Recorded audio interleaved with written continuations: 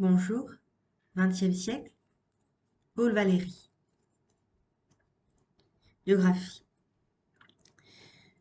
Une vocation vite interrompue. De père corse et de mère italienne, Paul Valéry est né à Sète en 1871. D'abord élève au collège de la ville, d'où ses regards émerveillés plongent sur le port et la mer, il poursuit au lycée de Montpellier de 1884 à 1888 des études maussades et sans grand éclat.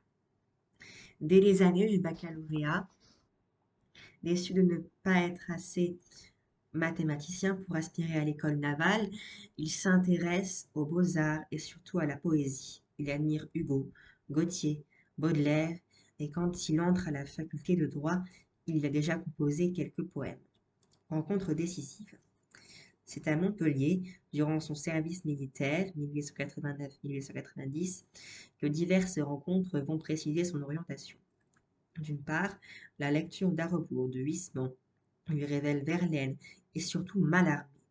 Pris d'une subite ferveur pour la poésie symboliste, il écrit, en 1889, une centaine de poèmes.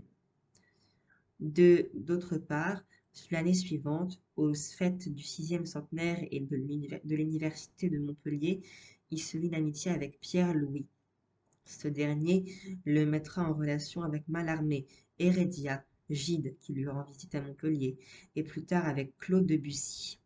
Redevenu étudiant en droit, le jeune poète n'est donc plus isolé. Il se sent encouragé par ses correspondants parisiens, il leur adresse des vers, et Pierre-Louis, fondateur de la revue La Conque, lui fait l'amitié d'en publier quelques-uns. Narcisse parle, Le bois amical. La nuit de Gênes, 1892. Sa vocation semble donc définitivement orientée, mais l'année 1892 marquera un tournant dans sa carrière. Bouleversé par une crise passionnelle, Paul Valéry va passer ses vacances à Gênes, dans la famille de sa mère. C'est là qu'en octobre, au cours d'une nuit d'orage et d'insomnie, il prend conscience des dangers de la vie sentimentale et l'idolâtrie artistique font peser sur l'activité intellectuelle. Il décide alors de renoncer à la création littéraire pour se consacrer aux valeurs auxquelles il accorde le plus de prix, la connaissance de soi, la rigueur et la sincérité de la pensée. De retour à Montpellier, il se débarrasse de la plupart de ses livres. 20 ans de silence. Songeant à une carrière administrative, Paul Valéry s'installe à Paris en 1894. Reçu l'année suivante au concours de rédacteur au ministère de la Guerre, il est affecté en 1897 dans les bureaux de la direction de l'artillerie. Un poste de choix. Dès 1900, il quitte le ministère pour devenir secrétaire particulier de l'administrateur de l'agence Havas, Édouard Lebeil. Pendant 22 ans, il restera l'auxiliaire de cet homme lucide, mais atteint de paralysie. C'est là une place de choix qui enrichit son expérience, car il fréquente les milieux financiers et doit se tenir au courant des événements mondiaux. Et surtout, il a l'avantage, sa tâche quotidienne terminée, de jouir de vastes loisirs pour son travail personnel.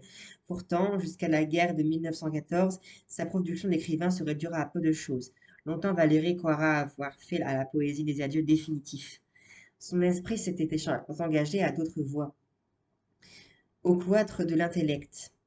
Pendant une vingtaine d'années, Valéry s'est, selon l'expression de Berne Geoffroy, retiré au cloître de l'intellect.